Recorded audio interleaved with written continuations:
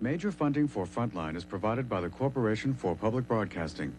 Additional funding is provided by this station and other public television stations nationwide, and by the Chubb Group of Insurance Companies, for over 100 years providing worldwide business and personal insurance through independent agents and brokers. 3 young American debaters are in Russia on a whirlwind tour. They've come to debate the issues of war and peace. Soviet reaction to the Americans, laughter, questions, disbelief. But that is not right. That is not the way it is. Everything you are saying, that is not true. Tonight, on Frontline, a journey to Russia.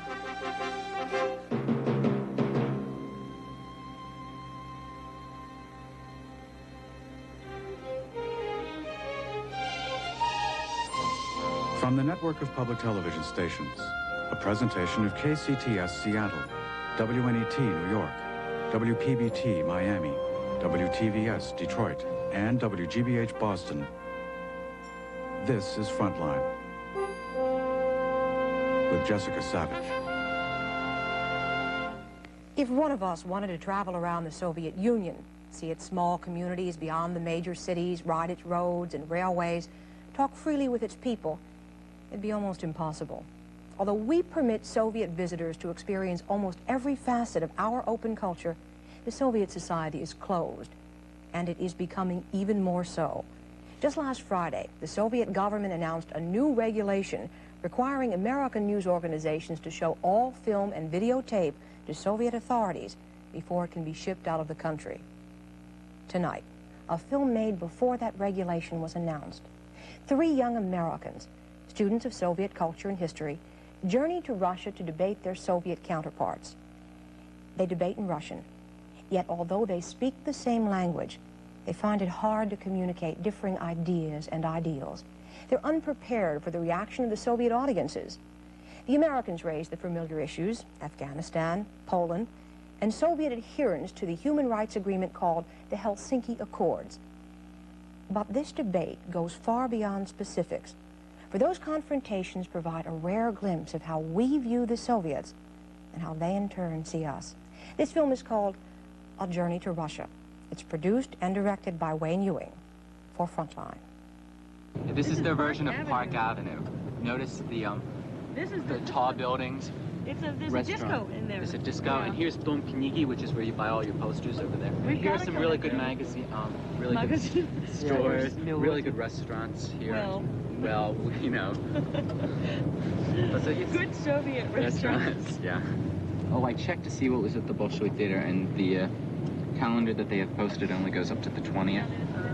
On the October eve of a long Russian winter, 3 young Americans arrive in Moscow. They have come to the Soviet Union as a team, with a coach, and even a film crew to record their experience.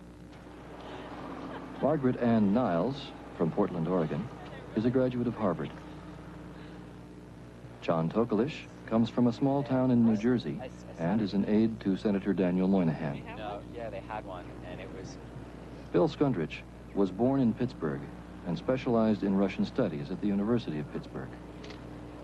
While 2 weeks of travel to 6 Soviet cities will be a test of the team's endurance, the competition they have entered will be a clash of minds and not bodies. They will debate, in Russian, with teams of young Soviets, the merits of American and Soviet values and their effect on war and peace. Military spending. Debate coach Mike Hazen of Wake Forest University does not speak Russian, but gives strategic advice before each debate. Get some of those polled and get them into a short answer. Okay. Yeah. You know what the tallest building is in Moscow? That building, because it's the KGB headquarters. From it, you can see Siberia. You can see Siberia. That's one of the most typical things of Soviet life right there, that huge banner. Yeah, what does it say? Нерушимое единство партии и народа. Yeah. Hail to the unbreakable unity of the party and the people.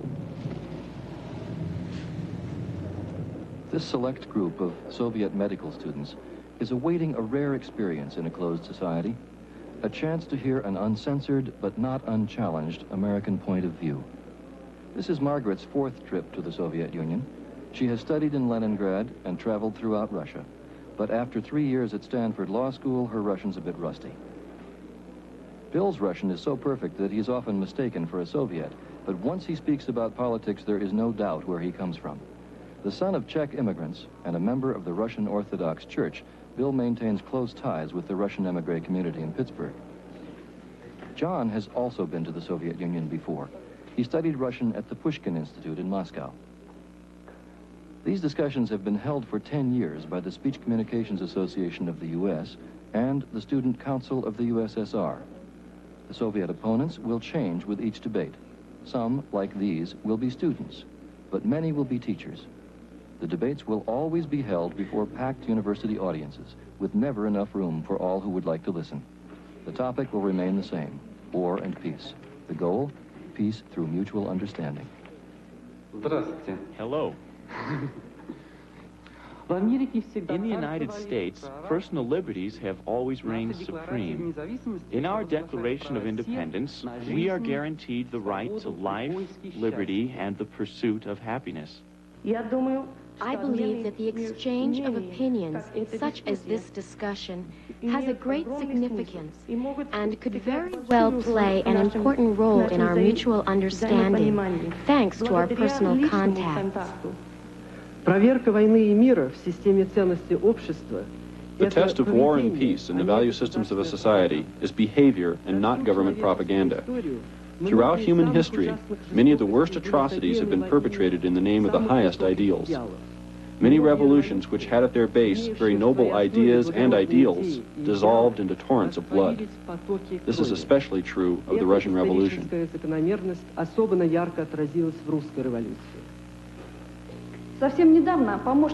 Quite recently, an advisor to President Reagan, Security Advisor Clark, who spoke about his views of strategic problems, declared, "Our interests are of a global character, and they go counter to the interests of the Soviet Union.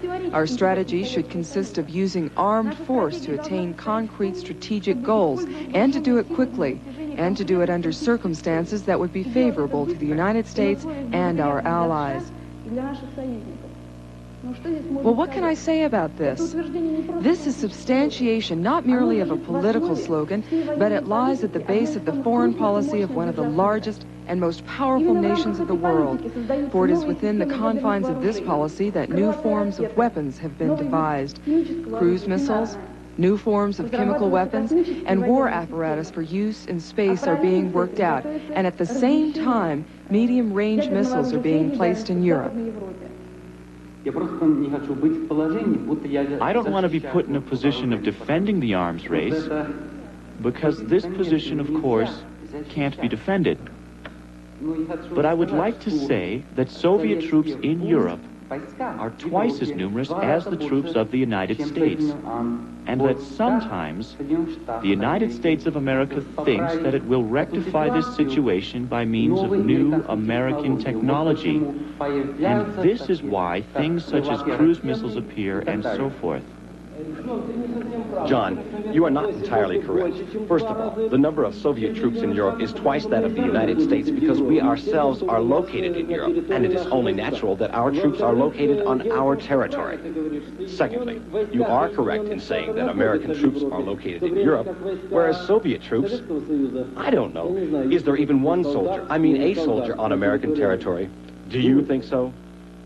We have no troops in Nicaragua, nor in Panama, nor in Cuba. We don't have Soviet troops anywhere. And in Afghanistan? Have you forgotten about the 100,000 Soviet soldiers? Bill, I'll explain. First of all, Afghanistan is in Asia, not America, and it is located on the Soviet border. But you said outside the Soviet Union. Yes, Bill, I agree, but Afghanistan... Perhaps you have trouble telling where the Soviet border ends and Afghanistan begins.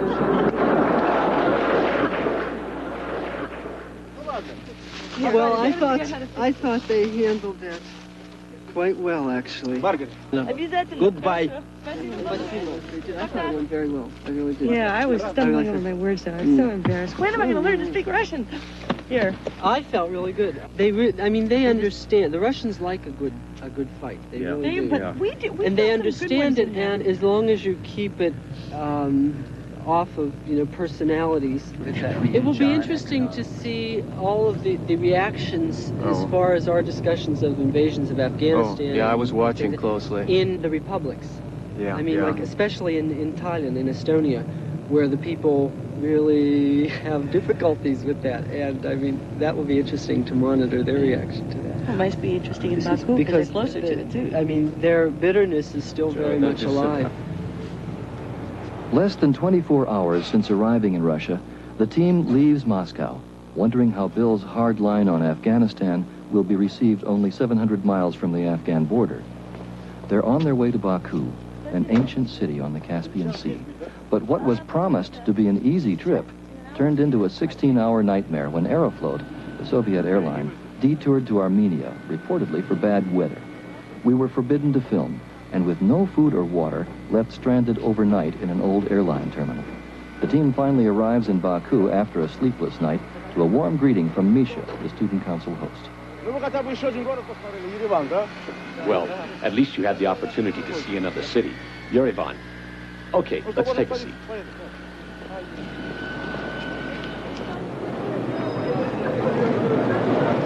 Look at that eggplants. That man's got a bag full of eggplants. And then look at those breads. I love those kind of breads. This is neat. With no chance to sleep in sight, food and drink will be plentiful for the Americans in Baku, the capital of the Azerbaijan Republic. The people of this distinctly Muslim city produce an abundance of caviar, oil, and champagne. Although exhausted, the team is swept up by the ancient city and rallies to enjoy Misha's generosity, beginning at a banquet deep in a medieval fortress.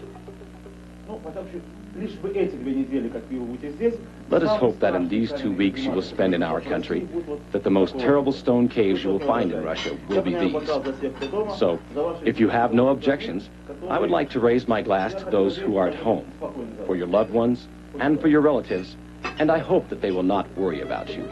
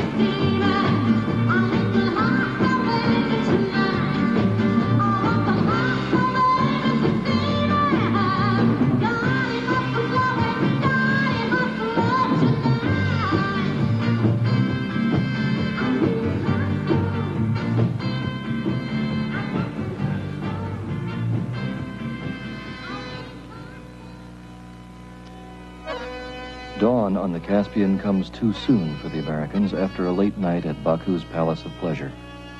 Today, the team will tackle their second debate, not knowing how combative their Azerbaijan opponents will be. The question is, will the debaters at Baku's Foreign Language Institute in this warm and friendly climate so distant from Moscow hold strictly to the party line?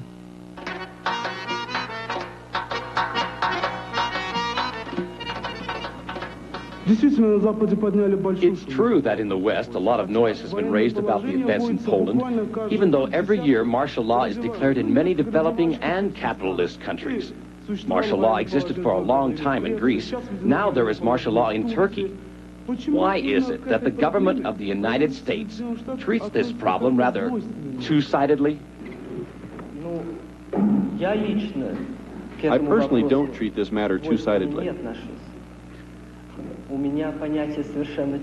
My conception of this is absolutely clear. What is happening in Poland, it is purely a workers' movement. And I personally can't understand why it was suppressed. After all, communism, in my understanding, and I admit that perhaps I incorrectly understand it, but in my understanding, communism stands for the power of the workers. And after all, these are all workers. They created this movement. This is a workers' movement in its purest form, and it was cruelly repressed by a socialist government.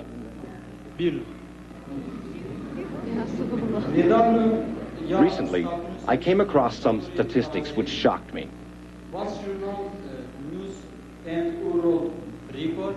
Your journal, U.S. News and World Report, wrote that 23 million Americans, that is to say 1 out of every 5 Americans, does not know how to read and write well enough to cope with the demands of everyday life. What can you say in regards to this? Can it really be that this is possible in such a developed country as the USA?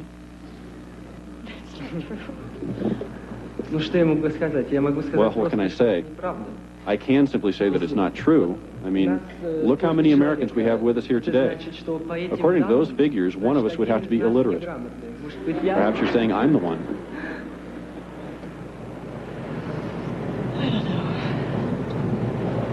I have such mixed feelings in this country. I mean, you know, on one side I want to sympathize with them. On the other side I want to say, oh, you know, let them, if they put up with it, let them put up, let them have to deal with it, you know? Less than 16 hours after the Baku debate, the team arrives in Volgograd. Tired after a long night of traveling, they will face their third debate at the end of another day of sightseeing. But the Americans are not prepared for the emotional impact of the sights of Volgograd. Once known as Stalingrad, it is a living monument to the Soviet struggle for survival in World War II. At the Battle of Stalingrad, the Germans were stopped, but the cost of victory was great. After 200 days of fighting, the Russians reclaimed a destroyed city. 20 million Soviets died during World War II, and no one here will ever forget them. On this post are representatives of the very best schools of Volgograd, the best members of the Komsomol and pioneers. On the post are 2 boys as watchguards, and they carry in their arms the weapons of participants in the Stalingrad battle, and the girls are their aides. Despite the great victory here, after the Battle of Stalingrad, our city was in fact completely destroyed. And therefore, the love that we harbor for our city is understandable. Every person loves the place where they were born, where they grew up, and where their children live and grow. But we love our city in a very special way. We truly are in love with it because we have done this with our own hands. And this love is given down from us to our children. At the foot of the towering Mother Russia statue stands the Hall of Military Honor, on the walls of which are inscribed the names of so many who have died. It is no accident that in this hall we hear the music of a German composer. In doing so, our Soviet people wanted to emphasize that we were fighting not against Germany, but against fascism. All of this is testimony to the fact that nothing has been forgotten and no one has been forgotten.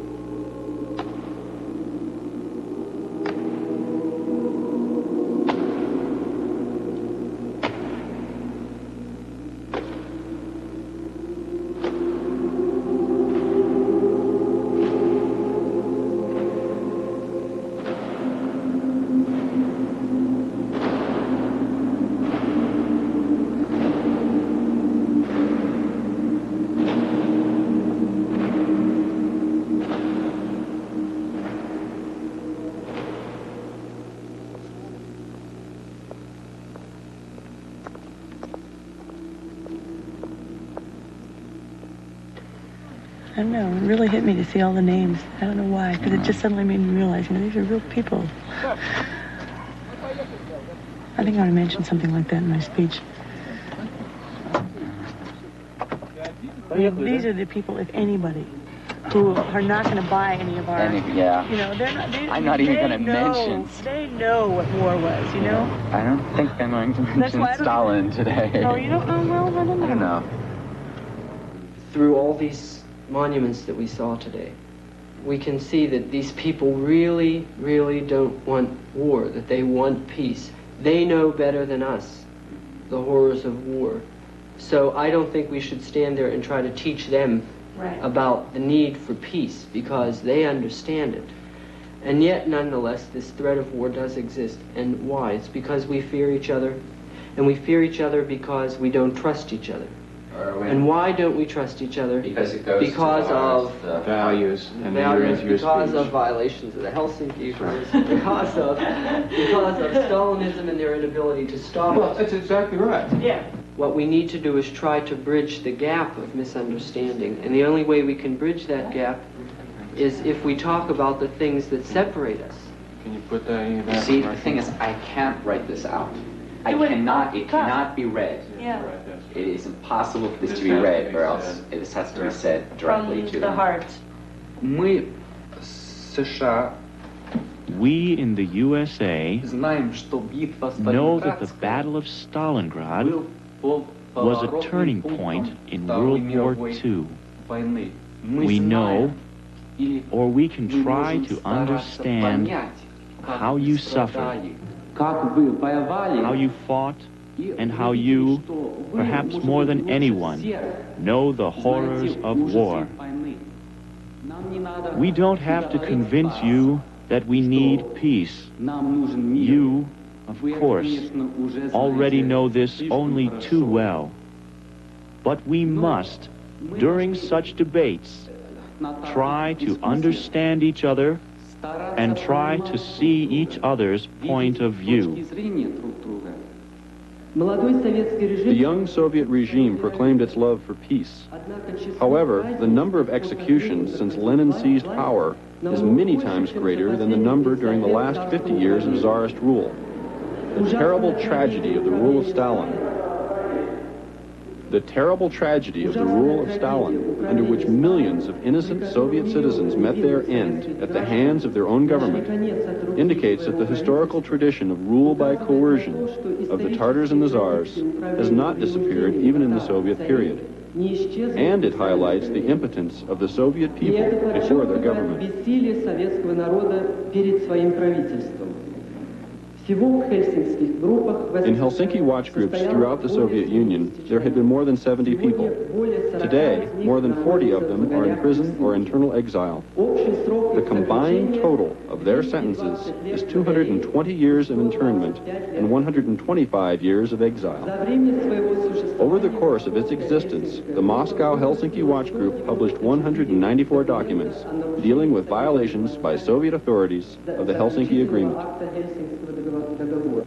There is no trust between America and the Soviet Union. Over the course of 60 years, we have seen a differing America. We have seen an America rocked by the fear of McCarthyism. We have seen an hysterical America of the times of Dulles and Forrestal. We have seen an angry America, and an America that was rocked with protest against the adventure in Vietnam. We have seen an America crushed by Watergate and a series of political assassinations. We see now an alarmed America, an America thinking about the fate of the world and about its own fate in that world. We would like to see a mature America, a balanced America, an America which understands its responsibilities before today's immature generation, an America which realizes that politics is the art of possibilities. It is possible that our opponents will not agree with our conceptions of peace. So what of it? Let's argue about it. Let's argue this point.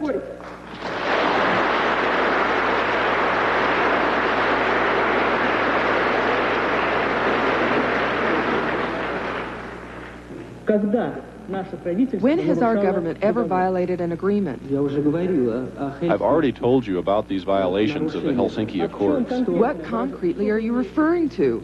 I have in mind the many thousands of people, for example, who are waiting for the right to immigrate. The Soviet government will not allow them to immigrate. But you yourself have said that in your country, Soviet people are standing in line. No, I didn't say in our country. I said in other countries they are standing in line in order to come to America. I know that these immigrants are filling out the army of the unemployed, and I know very well that these foreigners, and they, by the way, are now called in the American press the stokers of Europe. These foreigners do not have the same rights as Americans. They receive a lower wage for the same amount of work. And for this reason, now, in particular, very many Spaniards are demanding their return from the United States of America due to the sharp decrease of their welfare. That is to say, discrimination against foreign workers, which is taking place in the United States as a clear result of Reaganomics. What is your opinion? Why has the United States of America refused to complete negotiations for the complete ban of the testing of nuclear weapons?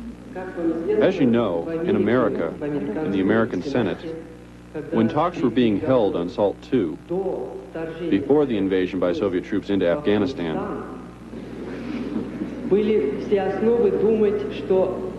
there was every reason to believe that these proposals would have been accepted. But after the invasion by Soviet troops into Afghanistan, and after events in Poland, the American government decided that it would be better to wait. That's not what she's talking about. May I answer? In my opinion, as you all know, Ronald Reagan thinks that the United States of America is weaker than the Soviet Union. Yes, you have heard what he said in regards to the arms race and so forth. And in order to catch up with the Soviet Union, I think that he thinks that we need to test new arms. And that is an explanation and not a defense, okay? And that is why he has done this. This is my guess. I'm not sure about his reasons.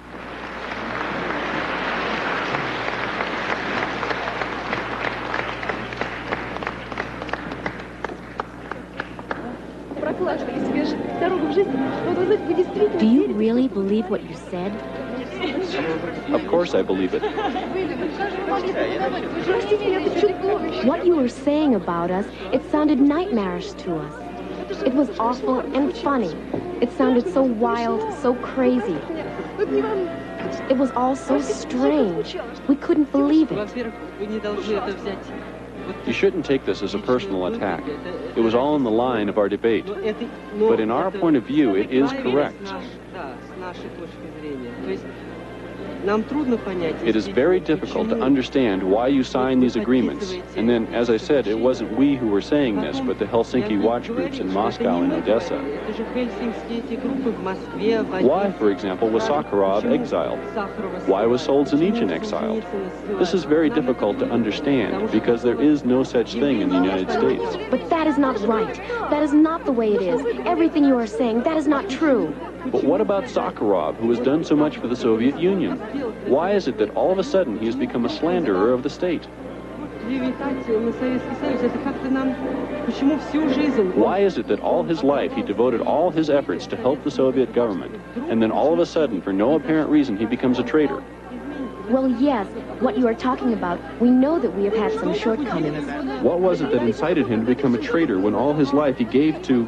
Tell me, please, before the Great October Revolution, the Russian people were unhappy with their life. Is that not so? And that is why they overthrew the government. But now the Soviet people are satisfied with their government. So why should they hold differing views? Sakharov, that was just one person. My dear boy, should our revolution have been bloodless? You spoke about blood being spilled. That was a revolution. It was a war. But I never said that it wasn't proper. No, it was a revolution. The same thing happened in your American Revolution. And in certain instances, this is justified. I agree with you that a revolution is the spilling of blood. but it is difficult for Americans to understand the bloodshed under Stalin, the spilling of Soviet blood by their own government. But the revolution was continuing. Robespierre, the great Frenchman, he was killed by his own government. It was a revolution. He gave his life to the revolution, but it doesn't mean that the significance of the revolution was any less. But Soviets who were sent to concentration camps, they were absolutely innocent. Well, my dear, that's, as we say... Thank you. With Bill's question left unanswered, the team leaves Volgograd for a long night's journey by plane and then train to Leningrad. Filming is forbidden on any train or within any railroad station in the Soviet Union for reasons of state security. A curious precaution in an age of satellite surveillance, but a constant reminder that the Soviet Union is still a highly controlled and secretive society. In Leningrad, the debaters must devise a strategy to penetrate this closed perspective. You know, the need for information that we seek, the need for openness, is not apparently obvious to them all the time. And a lot of times you've got to put a reason with that argument about the need for information. You know, how is it going to help the society to have that kind of information there? Yeah. See, that to me just seems so obvious. I know that when that. a plane goes down and people are killed, it seems to me that in any civilized country, the need for that would just be self-evident. That you need a passenger list, because how else can you identify bodies and notify the families? Because, well, see, they don't. Because they keep track of things like that. They know where people are. So they don't. You know, you study Russian literature and history. You know this desire for secrecy. It's whole part of the whole history. And see, they just project the same things on us that just like we project our things on them. And it's only if we can try and get out of that we got a chance here. Okay, all right?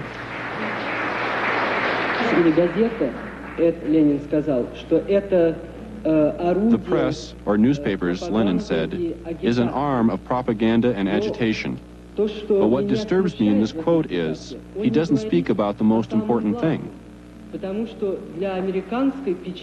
Because for the American newspapers, the most important thing is not propaganda or agitation. The most important goal, the main goal, is to inform. It is to tell what is happening and not to interpret it as is seen fit by that publication. But Lenin does not say anything about the main goal of the newspaper being to inform. He doesn't even use the word.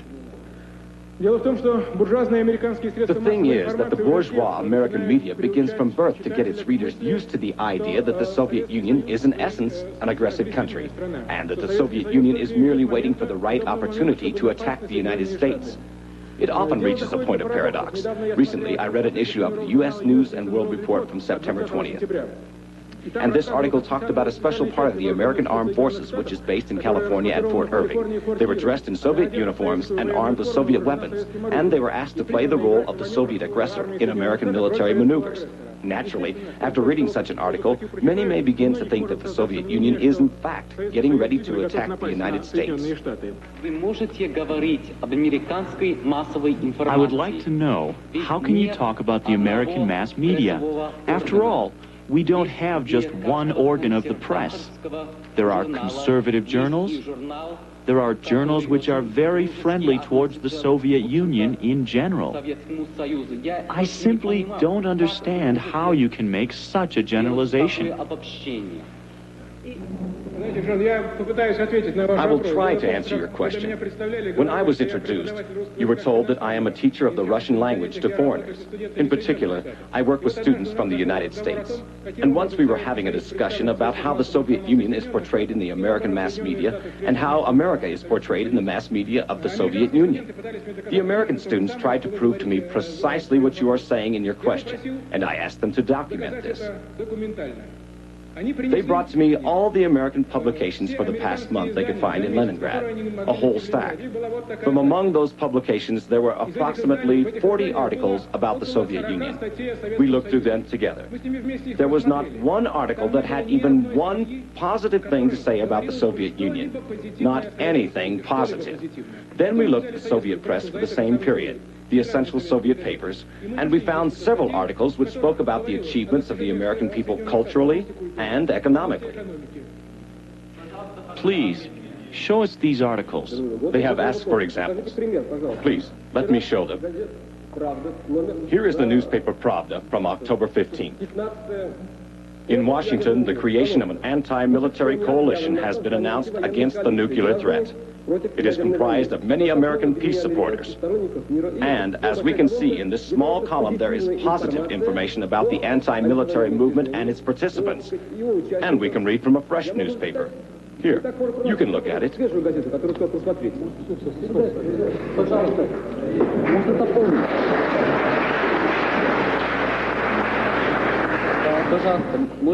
Perhaps I didn't pose my question quite clearly enough. Show me something positive, anything positive, about my government in the Soviet press.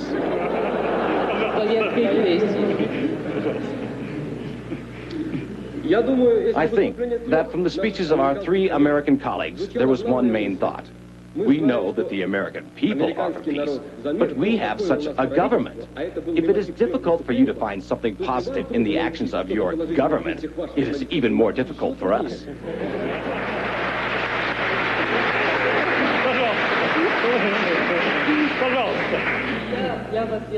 I would like to say that in Pravda it has also been written that the Soviet government respects the Helsinki Accords, but the 40 members of the Helsinki Watch Group who are now sitting in prison do not agree with this, and these are Soviet citizens. Everyone whom I know that left, they were forced to renounce their Soviet citizenship. Of course, that is not true. How can you say no? They signed. They had to sign. Jews, when they leave, they have to sign. They have to renounce their Soviet citizenship. That is a fact. But they leave not because they ask that they be let go. But they don't ask that their Soviet citizenship be taken away. Yes, they ask that they themselves renounce their Soviet citizenship. No, that is not it, I know. No, they renounce their Soviet citizenship themselves. No. Well, wait now. I have to tell Michael a little bit about the Aurora, the ship.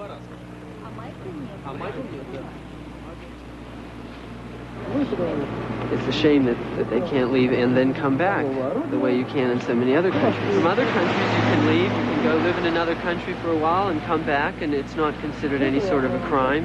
But here, if you decide you want to go live somewhere else, you're labeled a traitor and you're stripped of your citizenship. Frustration mounts as the team prepares to leave Leningrad. The debaters' schedule is so tightly planned that an early morning jog is Margaret's only free time to explore the city she once knew as a student. Next stop, Estonia, and an on-the-bus strategy session to prepare for the fifth debate. We're constantly in our arguments, arguing for the value of different points of view, free speech, etc. We've never, though, anywhere justified that value. Otherwise, what does it do for us as a society to have multiple points of view? Because you're getting arguments like yesterday from the Soviet point of view. Just a second. The Soviets argue like it's for the individual to run counter to the state is a drawback. Now, what it assumes at all points of view is that the state knows best. And the usual justification that we will give is simply that we don't know. It's only out of multiple points of view you can find the best point of view because human beings are fallible. I see what you're saying. How did you phrase it? I simply said that the argument is that we're not perfect. We don't know what's right for a government. One person doesn't. There's a couple more like that I want to bring up too. The National Liberation Wars. History shows that whenever the Soviet Union so-called liberates a country, usually that country falls under the domination of the Soviet Union. And a terrific example is Estonia, that was first liberated and then annexed. Bill has been to Estonia before and suspects that here, if anywhere in the Soviet Union, his views might find a receptive audience. This small republic on the Baltic Sea has its own distinct language and a history of hundreds of years of intellectual freedom prior to annexation by the Soviet Union during World War II. The debate is at Tartu State University, the 300-year-old academic center of Estonia. Both teams share an equal disadvantage. Russian is a foreign language for everyone. In Berlin, there stands a monument built by the Soviet Union. It is a monument to the Soviet system of values, the Soviet rule by coercion. I am speaking of the Berlin Wall. This wall testifies more eloquently than anything as to the Soviet system of values, which does not give people the right to choose where they want to live. Between America and the Soviet Union, there is no trust. Americans cannot understand the violence perpetrated on the Soviet people by the Soviet government. It seems to us, correctly or incorrectly, that the Soviet people are not capable of restraining their government. The absence of trust leads to fear. Fear leads to a military buildup. The arms race is complete insanity. When will it cease? Only when we love our children more than we fear each other. We simple American and Soviet people must exert an influence on our governments to put an end to this threat of war. Then the slogan, "Peace unto the world," will cease being merely a slogan and will become a reality. Thank you.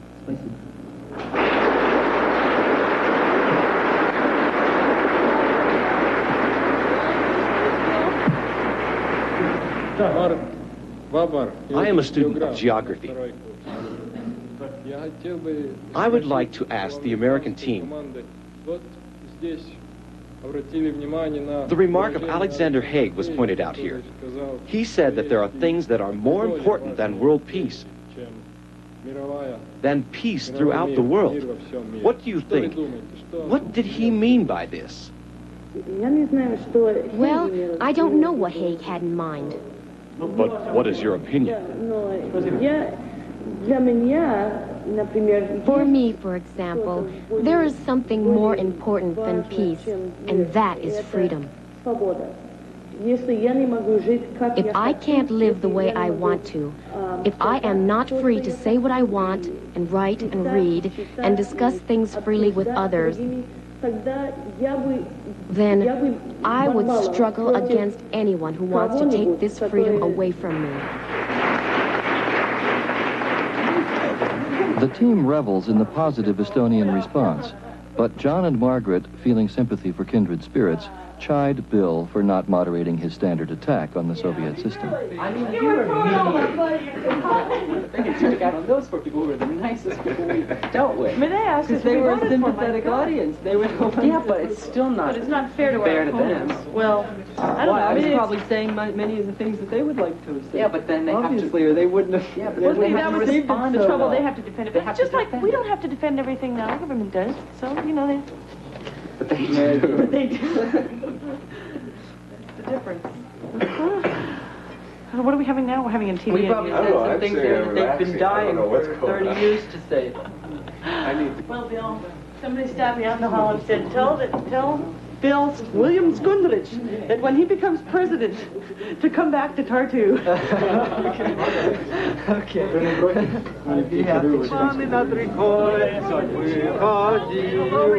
Okay, start it over in a lower key.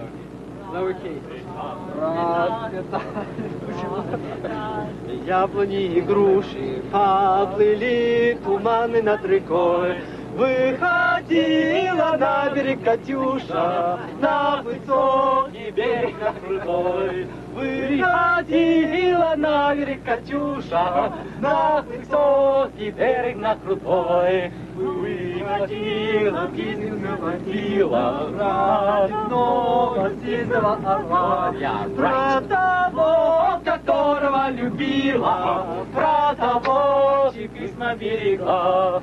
Про того, которого любила, про того, чьи письма берегла. Воздушной клади и багажи легко воспламеняющиеся, взрывоопасные и другие вещества, запрещенные к транспортировке воздушными судами. This is probably the greatest here, which I expected it to be. These people, I remember even the last time I was here, Even our Soviet guide told us to speak English rather than Russian because, you know, of attitudes here towards the Russians. But as far as the debate, yeah, I think this was one of the more successful ones. I mean, they were clearly sympathetic.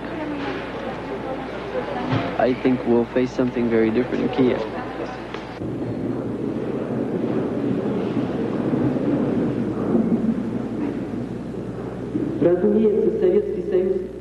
Naturally, the Soviet Union does not want a war with America, but the absence of nuclear war is not peace.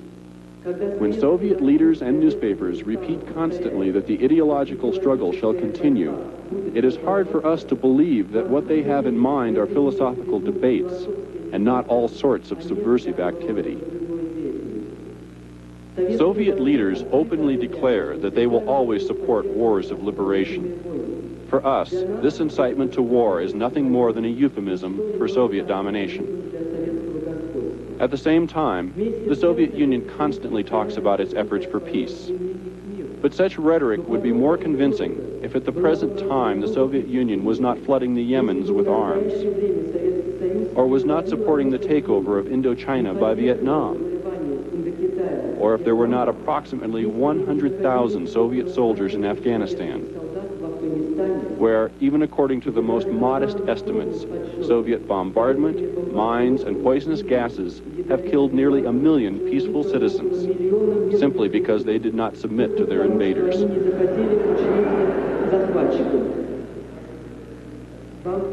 You perhaps find this amusing, but mothers are crying over the bloody bodies of their sons.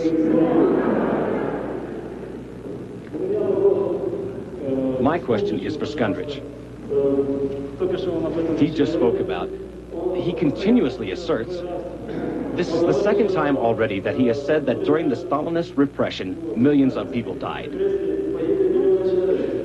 Could he cite the precise figure? Because for some reason in our literature, we don't encounter this. Some historians say 12 million. Solzhenitsyn, for example, who I know is not very respected here, says it was up to 60 million.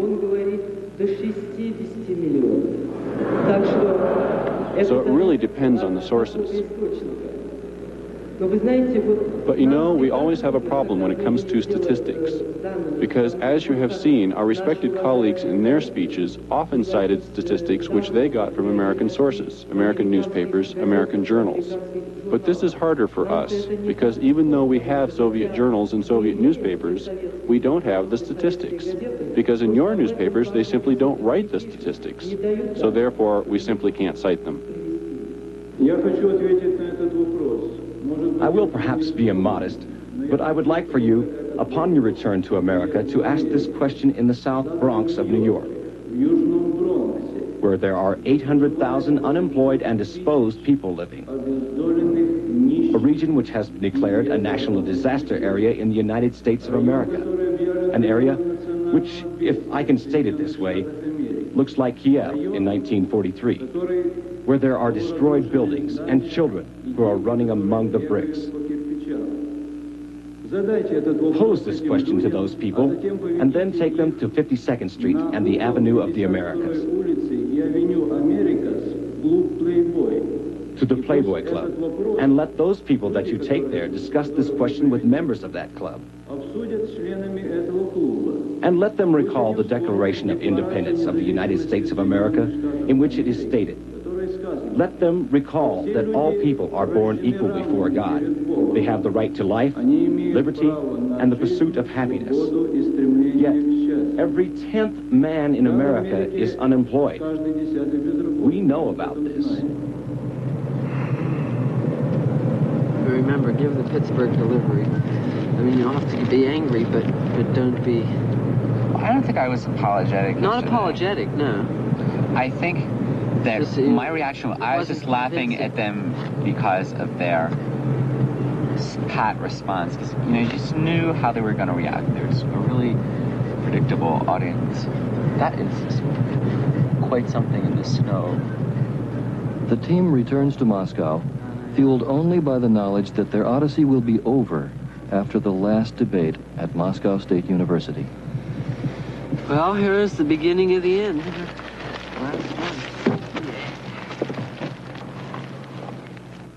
The most important thing in America is the individual, whereas in your country, it turns out, the most important thing is the state. This difference is reflected in our social value systems and consequently in the capability of the people to exert an influence on war and peace in regards to the foreign policies of our countries. I thank you.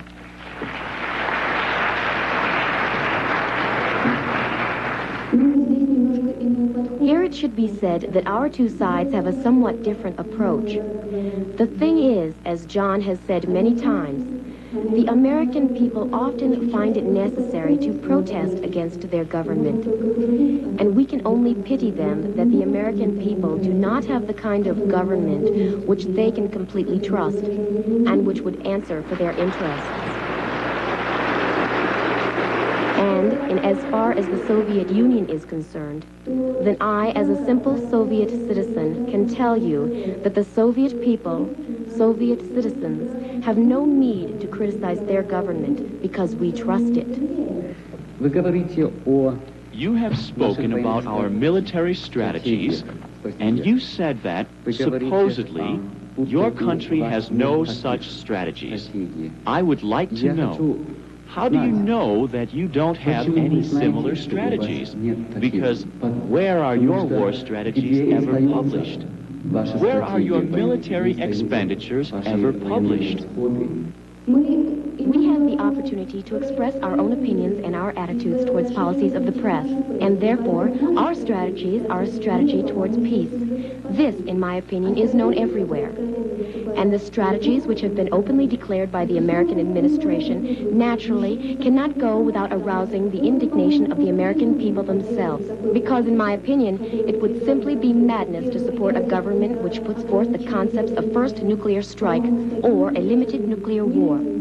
Not a single Soviet political or social figure has ever put forth such proposals.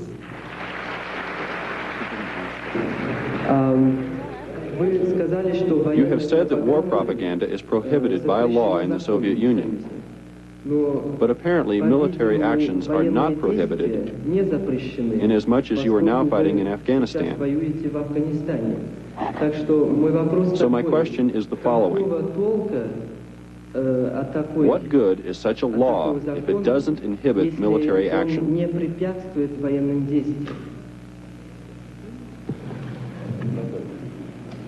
I would like to remind you as a historian that neither our leadership nor figures of our Communist Party have ever said that we completely refuse to acknowledge war. We acknowledge wars of liberation. The war which is being conducted by the Afghan people is a war of the people for their own liberation. Therefore, this war we support without question. They've heard what we had to say, we've heard what they think, and now it's up to all of us to just think about what we've all heard on both sides. And, you know, that process is a slow one, so I don't think we could even expect any immediate results from anything we've done here. And yet I think a mark has been made. We're not trying to change the Soviet Union. We're just trying to open their minds a little bit. Right. Open the minds of the people. Maybe help them understand why we think the way we do, even if they still disagree with it. If they understand, you know, why we have this point of view. I think the hardest part was that if we actually reached somebody, you know, if we made them think, no one was going to come up and say, you know, I liked your speech and I thought that you made some really good points about your government. You changed my mind about my country. No, that's, you know, no one's going to do that. But I'm sure that in somewhere in those 8 audiences that we had some effect. Yeah, and I guess that's all we can hope for.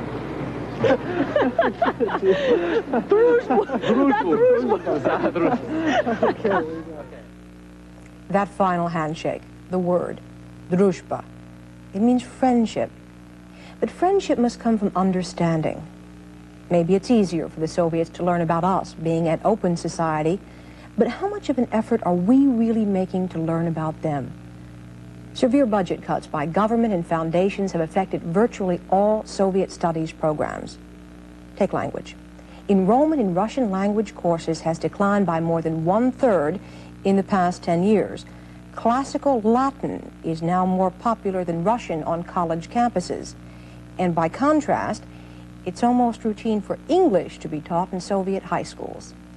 One positive note, however. Tomorrow, Congress begins hearings on legislation to train more specialists in Soviet affairs.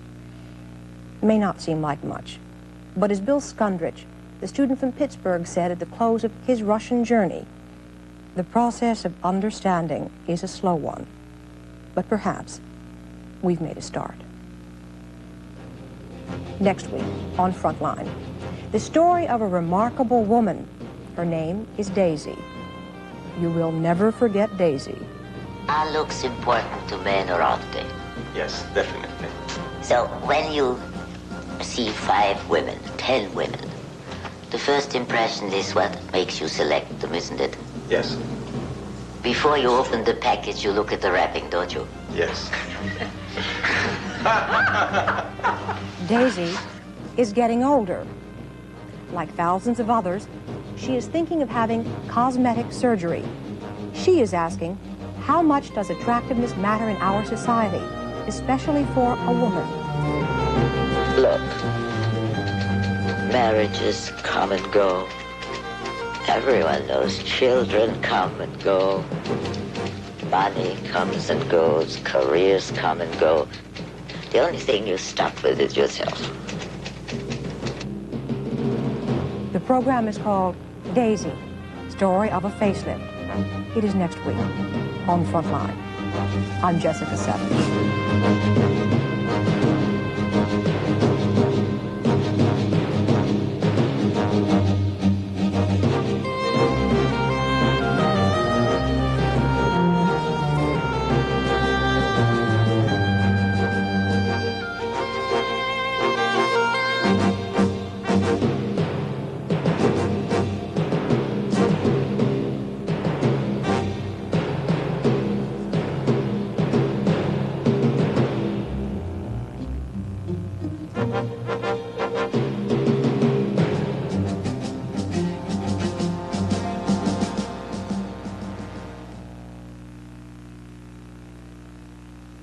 For a transcript of this program, please send $4 to Frontline, Box 322, Boston, Massachusetts, 02134. Frontline is produced for the Documentary Consortium by WGBH Boston, which is solely responsible for its content. Major funding for Frontline was provided by the Corporation for Public Broadcasting. Additional funding was provided by this station and other public television stations nationwide, and by the Chubb Group of Insurance Companies, for over 100 years providing worldwide business and personal insurance through independent agents and brokers.